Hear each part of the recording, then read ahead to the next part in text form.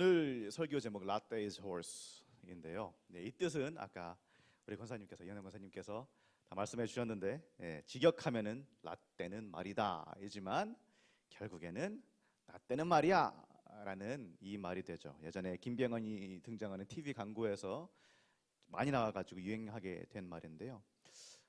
이런 말 써서 좀 죄송합니다만 흔히 이제 꼰대라고 하는 그런 사람들이 많이 쓴다고 알려져 있는 말이죠. 우리 어르신들이 과거를 회상하면서 뭐 그때는 그랬지, 그때는 이랬어 하면서 쓰시는 거는 뭐 괜찮지만, 그러나 자기 자신의 경험만을 최고로 여기고 그것만 고집하면서 남의 경험이나 생각, 소신들을 여러 가지 이유로 무시하고 깔아뭉개며 쓰일 때, 그럴 때가 많죠. 그럴 때는 이게 소위 꼰대의 언어가 됩니다. 근데 이게 이 나 때는 말이야 라는 말은 사실은 나이랑은 상관이 없더라고요. 제가 예전에 중등부 전도사를 했었는데요. 그때 임원이었던 중3 친구가 있었습니다. 중학교 3학년. 드럼도 잘 치고 정말 열심히 하던 친구인데, 어느 날 그 친구가 중1 친구 몇 명 불러다 놓고 앞에서 이 말을 하는 걸 제가 직접 봤습니다. 아주 심각하게, 야, 나 때는 말이야 너희들처럼 안 했어, 이렇게 말을 하더라고요. 네, 그렇습니다. 이게 나이랑 관계된 거는 아니고요. 이게 이 말이 가끔씩 쓸 때는 그냥 그런가 보다, 아니면 재미로 넘어갈 수가 있습니다. 배울 수 있는 것들도 있겠죠. 그러나 습관처럼 자신의 과거에 머물러 있으면서 과거와 다른 지금의 현실에 적응하지 못하고, 그래서 남한테 야, 나 때는 말이야 하면서 자신의 과거 경험을 강요할 때, 이럴 때 문제가 생깁니다. 오늘 말씀 출애굽기의 주인공처럼 등장하는 히브리 백성들, 이 민족들이 그랬죠. 이들이 어떤 민족입니까? 애굽에서 노예 생활을 430년이나 해온 민족입니다. 그러면서 남자 아기들을 강에 버림받게 되고 또 온갖 여러 가지 패악한 일들을 다 겪었습니다. 이들의 곡소리가 하나님 전 앞에까지 전달되었고 정말로 힘든 삶을 살았습니다. 그래서 결국 하나님이 모세를 보내셨고 10가지 재앙이라는 정말 놀라운 기적들을 통해서 그들을 구원하시고 애굽에서 그러니까 출애굽 시키셨습니다. 근데 그러면 감사하고 잘됐다, 감사합니다 하나님, 감사합니다 모세 하면서 기뻐해야지 마땅하지만 그렇지 않습니다. 출애굽 하자마자 애들은 바로 곡소리를 내기 시작하죠. 눈앞에 홍해가 보입니다. 바로 뭐라고 합니까? 14장 11절 보면은 애굽에 매장지가 없어서 우리를 이 광야에서 죽게 하려고 우리를 데리고 왔습니까? 이런 말을 합니다. 그래서 하나님이 어떻게 하시죠? 홍해를 갈라버리시고 애굽의 군대를 완벽하게 지워버리십니다. 그들의 과거를 그냥 기억할 수도 없게 지워버립니다.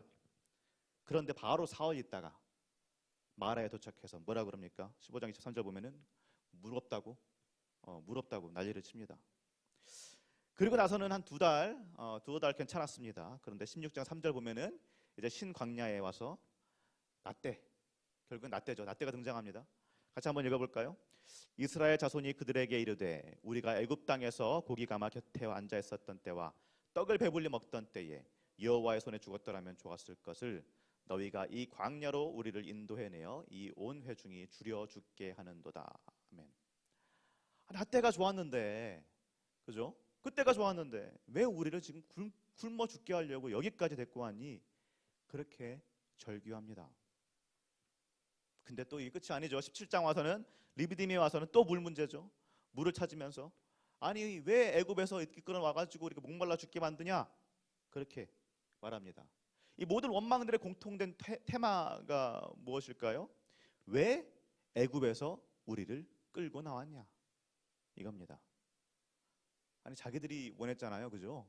본인들이 애굽에서 탈출시켜 달라고 원해서, 그래서 하나님이 모세를 통하여서 끌고 나오셨는데 그건 기억도 안 하고 나 때 괜찮았는데, 그때 괜찮았는데, 고기도 먹고 물도 마시고 잘 살았는데 하면서 현재 삶에 지금 어느 정도 약간의 역경이 왔다고 해서 과거의 것들로 다 포장시켜버리고 덮어버리는 겁니다.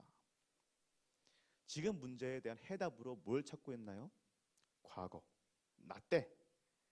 그게 그렇게 굉장하고 좋지도 않았지만 그때가 나았고 그 방법이 나았다라고 하는 겁니다. 참 기막힌 상황입니다. 그죠? 근데 이 기막힌 상황에도 불구하고 어찌저찌 하나님 모세 힘 합작해서 드디어 호렙산에 도착했습니다. 호렙산, 신의 산이라고도 하죠. 하나님의 임재가 가득한 곳입니다. 구약 전체에서 보면은 호렙산, 신의 산은 하나님의 임재가 있는 곳입니다. 그곳에 도착했죠. 굉장히 많은 일이 있었던 것 같지만 사실은 얼마 걸리지 않았습니다. 출애굽기 19장 1절 보면은요, 고작 3개월 있었죠. 19장 1절 보면은 출애굽하고 이 200만 명을 먹이고 재우면서 고작 3개월 만에 여기까지 온 겁니다. 정말로 놀라우신 하나님의 역사고 보호하심입니다. 이제 첫 번째 목적지였던 호렙산 앞에서 이스라엘 사람들이 진을 치고요, 위대하신 하나님의 임재를 직접적으로 보고 경험합니다. 19장 17절에서 19절 말씀 같이 한번 읽어보겠습니다. 모세가 하나님을 맞으려고 백성을 거느리고 진에서 나오매 그들이 산 기슭에 서 있었는데 시내 산에 연기가 자욱하니 여호와께서 불 가운데서 거기 강림하심이라. 그 연기가 온기가마 연기같이 떠오르고 온 산이 크게 진동하며 나팔 소리가 점점 커질 때에 모세가 말한즉 하나님이 음성으로 대답하시더라. 아멘. 성도님들 상상해 가십니까? 지금 이 상황이, 이 모습이 상상해 가십니까? 얼마나 놀랍고 경이로울까요? 무려 하나님의 직접적인 강림하심을 눈으로 보고 그분의 음성을 귀로 들었습니다. 그뿐만 아니라 지난 3개월 동안 어떤 일들이 있었습니까?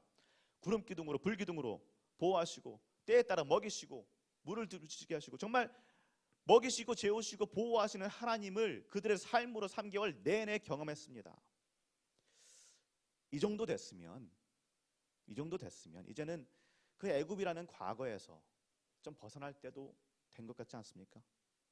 현재가 조금 힘들다고 할지라도, 역경이 좀 있다고 할지라도 과거를 보는 것이 아니라 하나님께서 약속하신 미래를 바라봐야 되는 것 아닐까요? 그런데 실상 그렇게 하지 못합니다. 오늘 말씀 32장 1절 읽어보시겠습니다. 백성이 모세가 산에서 내려오미 더딤을 보고 모여 백성이 아론에게 이르러 말하되 일어나라, 우리를 위하여 우리를 인도할 신을 만들라. 이 모세 곧 우리를 애굽 땅에서 인도하여 낸 사람은 어찌 되었는지 알지 못함이니라. 모세가 지금 뭘 하고 있을까요? 백성들이 모르는 게 아닙니다. 32장 보시면요, 31장 보시면은요, 알아요. 하나님이 모세를 부르셨고요, 모세는 응답해서 산을 올라갔습니다. 그리고 지금 40일 동안 모세는 하나님의 율법을 받고 있습니다. 그리고 율법은 무엇일까요? 히브리 즉 노예들이었죠. 이 노예들이 이제는 이스라엘이라는 한 국가로서 존재하게 해줄 수 있는 것입니다. 법이 없이는 실질적인 국가가 형성될 수가 없죠. 정말로 중요한 상황 가운데 있고 중요한 일을 모세가 하고 있습니다. 그런데도 불구하고 이 상황 자체가 지금 히브리 백성은 용납이 안 되는 겁니다. 아니 왜 여기서 우리가 이렇게 죽치고 있어야 되지? 왜 법 같은 게 필요하지? 이집트에 있었을 때는 그런 거 다 필요 없었는데, 그냥 먹고 싶은 거 다 먹고 편하게 있었는데, 과거에 대한 생각이, 잘못된 생각이 실제로는 그러지 않았음에도 불구하고 지금의 판단을 흐리게 만들고 있는 거죠. 결국 이들은 하나님의 임재가 가득한 이 성산에 있었음에도 불구하고 자신들의 과거에 함몰됩니다. 애굽으로 당장 돌아가지는 못하니까 어떻게 하나요? 아무 의미도 없는 그 애굽의 신을 자기들의 신으로 다시 섬기는데, 하나님이 애굽을 이기시고 그 전리품으로 주셨던 황금들 있잖아요.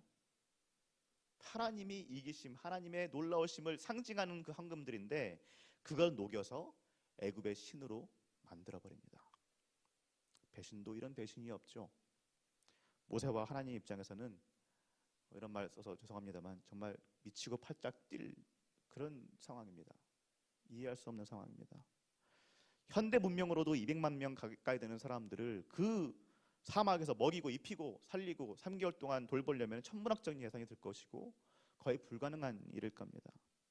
그런데 이런 대역사를 일으켜서 약속의 땅, 젖과 꿀이 흐르는 땅, 축복의 땅으로 영광된 미래로, 지금 약속된 그 미래로 인도하고 계시는데 그 길을 못 버텨가지고 그 잠시 잠깐의 역경을 못 버텨서 왜곡된 그 과거에 환몰이 되어버리는 것입니다.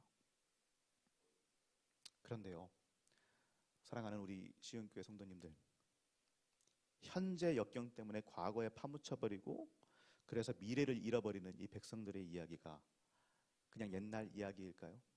그냥 남의 이야기일까요? 성도님들의 납대는 언제십니까? 삶이 힘들고 어려울 때 성도님들이 도피하는 그곳은 어딘가요? 하나님이었으면 참 좋겠습니다. 하나님이신 줄로 믿습니다. 아멘. 근데 어쩔 때는 그렇지 않을 때가 있죠. 만몬, 즉 돈일 때가 많이 있습니다. 삶이 어렵고 힘들고 고달플 때 우리가 하나님을 보기보다는 사실은 권력, 사람, 돈, 여러 가지 다른 것들을 만들어내고 섬기는데 익숙합니다. 교회조차도 그렇죠.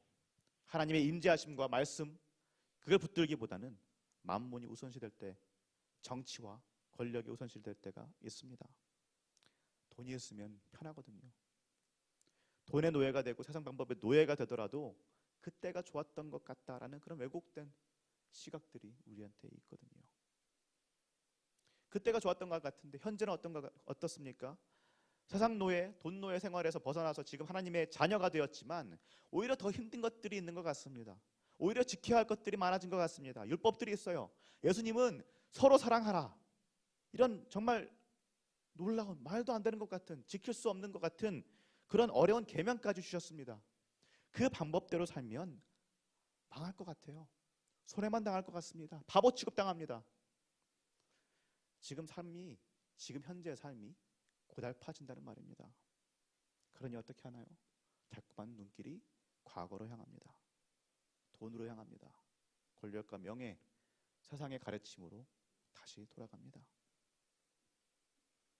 그렇게 우리는 분명 놀라우신 하나님의 임재 가운데 있으면서도 그분이 매일 주시는, 매일매일 새롭게 주시는 그 선물로 하루하루를 살아가면서도, 그러면서도 하나님이 주신 재물로 이방신을 만들어 섬기던 이 히브리 백성들처럼 만몬이라는, 우리 과거라는 다른 신들을 섬기며 살아갑니다.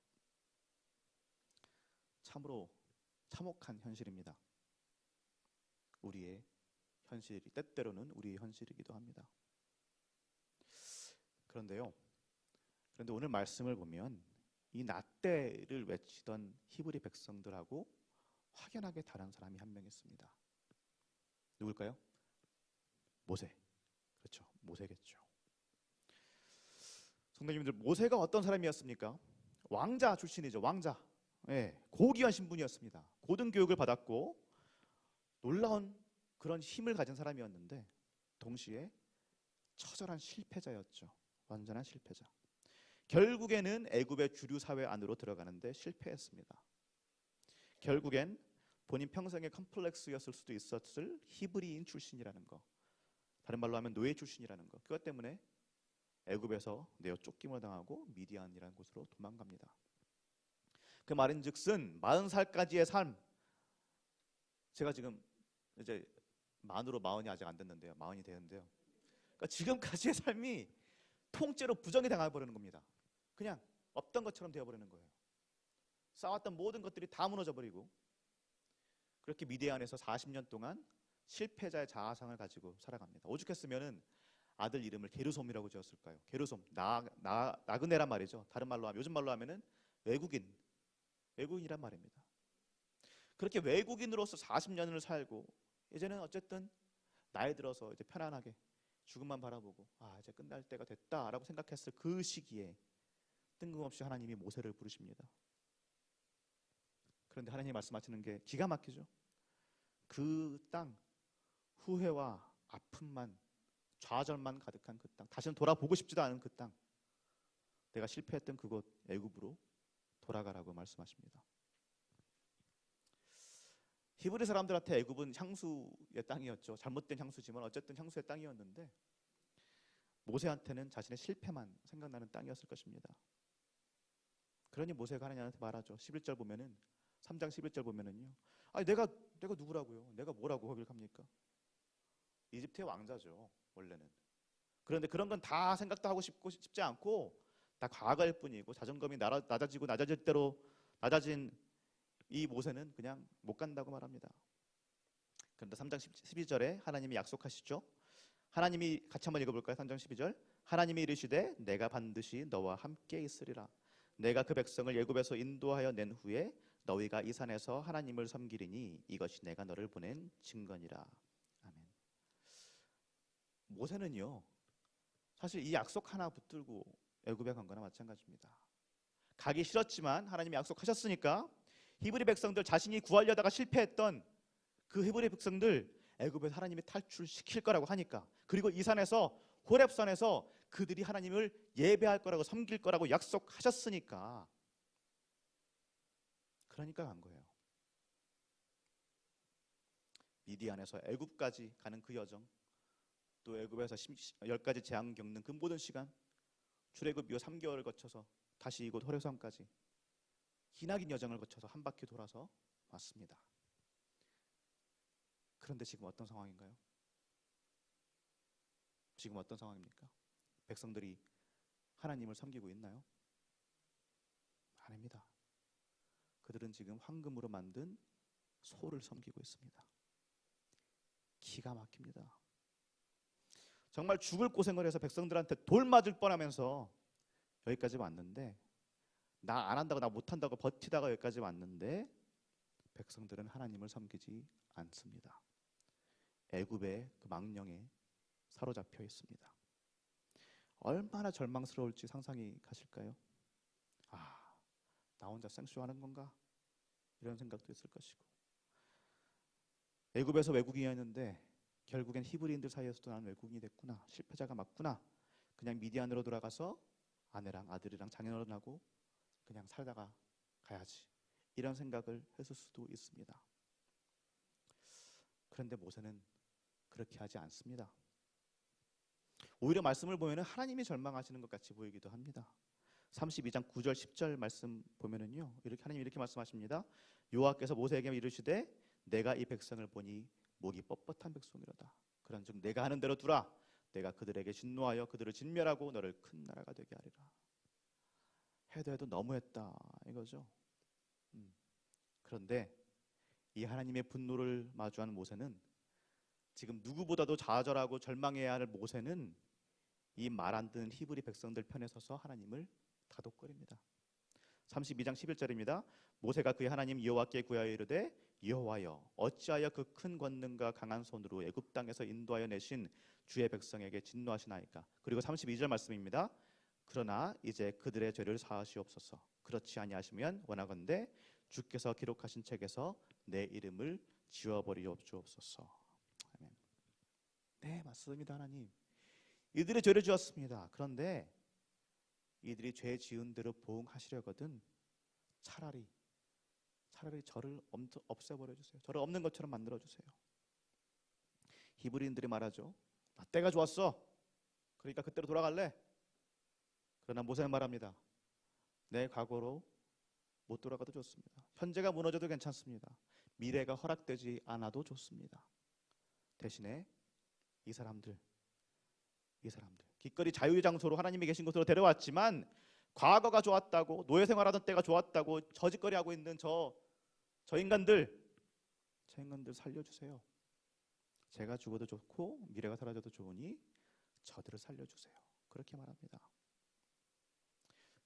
누군가가 생각나지 않으십니까? 예수님이죠. 예수님, 우리의 구주이신 예수님. 하나님으로서의 그 모든 엄청난 영광을 다 버리시고 이 땅으로 내려오셨습니다. 하지만 그분은 우리에게 야 이놈들아 나 때는 말이야 하면서 하나님의 영광을 가지고 우리한테 뭐라고 하신 게 아니고요, 다 버리시고 결국엔 가장 낮은 자리에까지 찾아가셨고 십자가에 죽으시면서까지, 즉 자기 자신의 미래까지 내어 던지면서 우리를 살리셨습니다. 모세가 말했죠. 하나님, 저의 미래는 없어져도 되니 이 사람들 살려달라고. 예수님 말씀하십니다. 아버지, 나는 고난받고 배신당하고 채찍에 찢기고 십자가에 달려 죽어도 괜찮습니다.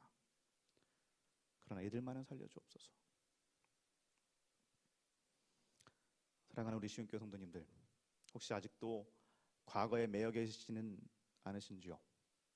미래에 주어질 그 복된 천국이라는 그 소망 때문에 예배 자리에 나오고 하나님을 섬기지만 가끔씩 밀려오는 삶의 고난들을 맞닥뜨릴 때 하나님을 보는 것이 아니라 과거를 회상하고 돈을 생각하고 세상의 가치들을 쫓아서 그것들을 이 성소 안으로도 끌고 들어오시지는 않는지요?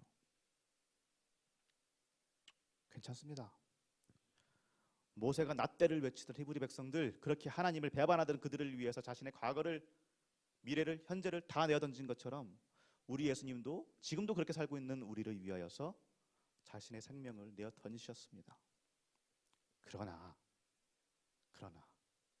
우리가 염치가 있다면 예수님의 십자가 은혜에 너무 익숙해져서 그냥 그분의 사랑과 용서를 그냥 당연한 것으로 여기지는 않았으면 좋겠습니다. 과거에 묻히지 않았으면 좋겠습니다.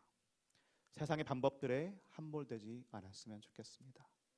예수님을 따라가는 것이 어렵고 힘들고 정말 고난같이 여겨질 때가 있겠지만 그럼에도 불구하고 예수님이 자신의 미래를, 자신의 생명을 바쳐서 사신 그 구원, 그거 붙들고 천국 소망 붙들고 우리가 이 삶을, 지금 오늘의 삶을 한 걸음 한 걸음 걸어나갈 수 있으면 좋겠습니다.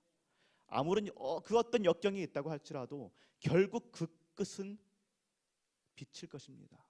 그 끝은 천국일 것입니다. 그분께서 그렇게 약속하셨고요, 우리에게 보여주셨습니다.